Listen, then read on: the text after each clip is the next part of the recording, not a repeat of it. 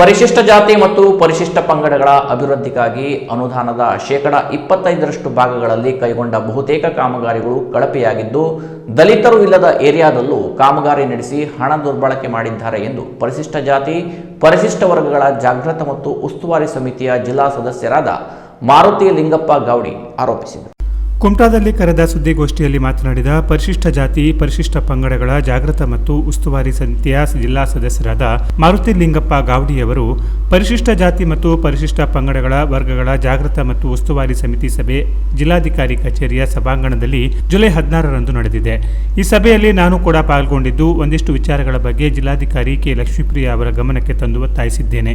ಪರಿಶಿಷ್ಟ ಜಾತಿ ಮತ್ತು ಪರಿಶಿಷ್ಟ ಪಂಗಡಗಳ ಅಭಿವೃದ್ಧಿಗೆ ಮತ್ತು ದೌರ್ಜನ್ಯ ತಡೆ ಕಾಯ್ದೆಯ ಅಡಿಯಲ್ಲಿ ಅಟ್ರಾಸಿಟಿ ಕೇಸ್ಗಳನ್ನು ನಿಗದಿತ ಸಮಯದಲ್ಲಿ ಅಂದರೆ 6 ತಿಂಗಳ ಒಳಗೆ ಮುಗಿಸಬೇಕೆಂಬ ಕಾನೂನು ಇದೆ. ಆದರೆ ಸಿಬ್ಬಂದಿಗಳ ಕೊರತೆ ಮತ್ತು ಸ್ಪೆಷಲ್ ಕೋರ್ಟ್ ಕೊರತೆ ಮತ್ತು ಜಡ್ಜ್ಗಳ ಕೊರತೆಯಿಂದಾಗಿ ಜನಸಾಮಾನ್ಯರಿಗೆ ತುಂಬಾ ತೊಂದರೆಯಾಗುತ್ತಿದೆ. ಪ್ರತಿ 45 ದಿನಗಳಿಗೊಮ್ಮೆ ದೌರ್ಜನ್ಯ ಸಭೆಯನ್ನ ಕರೆದು ಚರ್ಚೆ ಮಾಡಿಸಬೇಕು. ಅದಕ್ಕಾಗಿ ಪರಿಶಿಷ್ಟ ಜಾತಿ, ಪರಿಶಿಷ್ಟ ಪಂಗಡದ ಅನುದಾನದ ಶೇಕಡಾ 25ರ ಭಾಗವನ್ನ ಯಾವ ಕಾಮಗಾರಿ ಮಾಡಿದ್ದಾರೆ, ಕಾಮಗಾರಿಗಳಲ್ಲಿ ಕಳಪೆ ಮತ್ತು ಸಿಎಸ್ಟಿ ಜನರು ವಾಸವಿಲ್ಲದ ಬೇರೆ ಕಡೆಗಳಲ್ಲಿ ಕೆಲಸ ಮಾಡಿ ಹಣ ದುರುಪಯೋಗವಾಗುತ್ತಿರುವುದು ಕಂಡುಬಂದಿದೆ.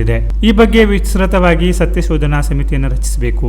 ಆ ಸಮಿತಿಯಲ್ಲಿ ಪ್ರಾಮಾಣಿಕ ಅಧಿಕಾರಿಗಳು, ಸಮಿತಿ ಸದಸ್ಯರನ್ನ ಸೇರಿಸಿಕೊಂಡು ಸಭೆಯನ್ನು ನಡೆಸಿ ಇದರಲ್ಲಿ ಕಾಂಟ್ರಾಕ್ಟರ್ಗಳು, ಅಧಿಕಾರಿಗಳು ಶಾಮೀಲಾಗಿರುವುದರಿಂದ ಇವರ ವಿರುದ್ಧ ಸೂಕ್ತ ಕ್ರಮ ಕೈಗೊಳ್ಳಬೇಕೆಂದು ಮನವಿ ಮಾಡಿದ್ದೇನೆ. ಜಿಲ್ಲಾಧಿಕಾರಿಗಳು ಈ ಬಗ್ಗೆ ಪರಿಶೀಲಿಸಿ ಕ್ರಮ ಕೈಗೊಳ್ಳಬೇಕೆಂಬ ಭರವಸೆ ನೀಡಿದ್ದಾರೆ ಎಂದರು.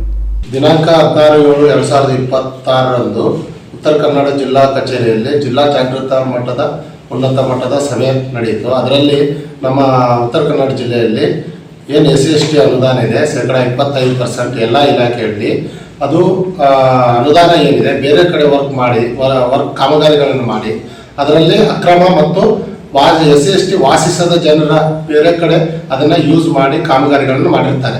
ಅದಕ್ಕೋಸ್ಕರವಾಗಿ ನಾನು ಮಾನ್ಯ ಜಿಲ್ಲಾಧಿಕಾರಿಗಳ ಬಳಿಯಲ್ಲಿ ಇದರ ಸತ್ಯಶೋಧನಾ ಸಮಿತಿಯನ್ನು ರಚನೆ ಮಾಡಿ ಯಾರು ಕಾಂಟ್ರಾಕ್ಟರ್ಗಳು ಕಳಪೆ ಗುಣಮಟ್ಟದ ಕಾಮಗಾರಿ ಮಾಡಿದ್ದಾರೆ ಅಥವಾ ಅಧಿಕಾರಿಗಳು ಇದರಲ್ಲಿ ಶಾಮೀಲಾಗಿದ್ದಾರೆ ಅವರ ವಿರುದ್ಧ ಶಿಸ್ತು ಕ್ರಮಕ್ಕೆ ಆಗ್ರಹಿಸಿದ್ದೇನೆ ಮತ್ತು ಇದನ್ನು ಪಾರ್ ಮಾಡಲಿಕ್ಕೆ ಮೇಡಮ್ ಕೂಡ ಒಪ್ಪಿಗೆ ಕೊಟ್ಟಿದ್ದಾರೆ.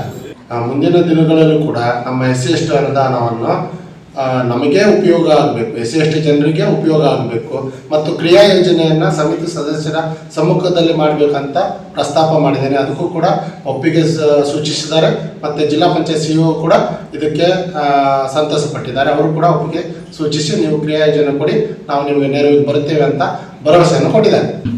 ಉತ್ತರ ಕನ್ನಡ ಜಿಲ್ಲೆಯ ನಮ್ಮ DC ಮೇಡಮ್ ಆದ ಲಕ್ಷ್ಮೀಪ್ರಿಯ ಅವರು ಕೂಡ ಒಪ್ಪಿಗೆ ಸೂಚಿಸಿದ್ದಾರೆ. ಎಲ್ಲ ಸದಸ್ಯರು ಕೂಡ ಹರ್ಷಗೊಂಡಿದ್ದಾರೆ. ಅದೇ ರೀತಿ ನಮ್ಮ ಸಮಾಜ ಬಾಂಧವರು, ಅಲೆಮಾರಿ ಜನಾಂಗ ಮತ್ತು SC/ST ಎಲ್ಲ ಪ್ರಮುಖರು ಕೂಡ ತುಂಬ ಸಂತೋಷ ಪಟ್ಟಿದ್ದಾರೆ ಈ ಬಗ್ಗೆ. ಸುದ್ದಿಗೋಷ್ಠಿಯಲ್ಲಿ SC/ST ಅನುದಾನದ ಸತ್ಯಶೋಧನಾ ಸಮಿತಿಯ ಸದಸ್ಯರಾಗಿ ಆಯ್ಕೆಯಾದ ಮಾರುತಿ ಲಿಂಗಪ್ಪ ಗಾವಡಿ ಅವರನ್ನ ಕರ್ನಾಟಕ ಭೀಮಸೇನಾ ಸಮಿತಿ ವತಿಯಿಂದ ಸನ್ಮಾನಿಸಲಾಯಿತು. ಈ ಸಂದರ್ಭದಲ್ಲಿ ಕರ್ನಾಟಕ ಭೀಮಸೇನಾ ಸಮಿತಿ ರಾಜ್ಯ ಕೋಶಾಧ್ಯಕ್ಷ ತಿಮ್ಮಪ್ಪ ರಾಮ ಮುಕ್ರಿ, ಮಹಿಳಾ ಜಿಲ್ಲಾಧ್ಯಕ್ಷೆ ಸವಿತಾ ಮುಕ್ರಿ, ತಾಲೂಕು ಅಧ್ಯಕ್ಷ ಚಂದ್ರಕಾಂತ ಮುಕ್ರಿ, ಸದಸ್ಯರಾದ ಮಹೇಶ್ ಮುಕ್ರಿ, ಮಾರುತಿ ಮುಕ್ರಿ, ರಾಘವೇಂದ್ರ ಮುಕ್ರಿ, ದಿನೇಶ್ ಮುಕ್ರಿ, ರಮೇಶ್ ಮುಕ್ರಿ, ನಾರಾಯಣ್ ಮುಕ್ರಿ ಇದ್ದರು. Canara plus news, Kumta.